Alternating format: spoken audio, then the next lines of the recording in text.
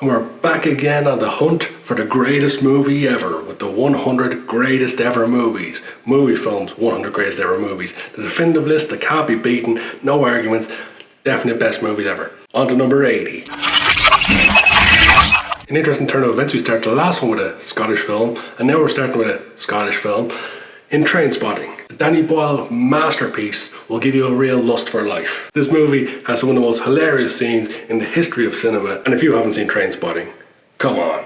Do you even like movies if you haven't seen Trainspotting? It's a hell of a movie. Still haven't watched the sequel though, so. Now along the way, not everyone's going to agree with movies that are on the list, and I'm pretty sure this one is going to split opinion.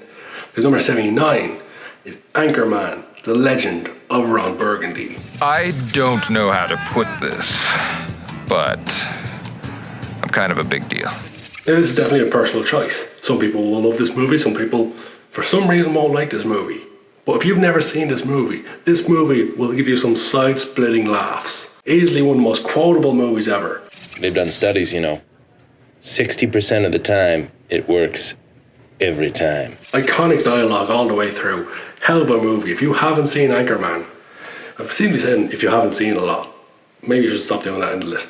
Anchorman, the legend of Ron Burgundy. Once you don't take it too seriously, it's a pretty damn good movie. Loud noises! And it's the one movie that taught us what San Diego truly means. Discovered by the Germans in 1904, they named it San Diego, which of course in German means a whale's vagina. Number 78 also stars Steve Carell, who starred in Anchorman. Number 78 is The Big Short. The Big Short is about the financial collapse that, ruined loads of people's lives.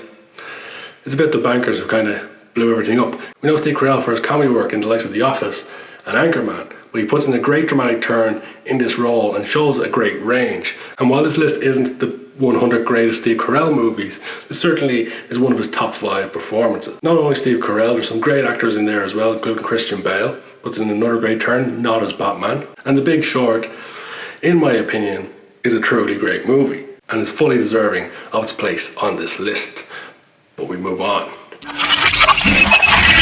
So far on the list, we've had one animated film that was Inside Out. Now we're getting another Pixar movie, WALL-E.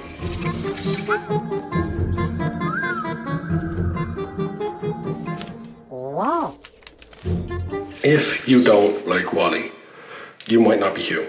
I know I'm a grown-up, but I still love animation, so maybe I'm not a grown-up. Animated films are fantastic, and WALL-E is a great movie with a great story, unique story. It even stars the late great Fred Willard in an interesting cameo. The lovable little robot has become an iconic character in recent years. WALL-E is a great character, a great movie. I'm not going to spoil it for you, but it's definitely a movie that you need to watch.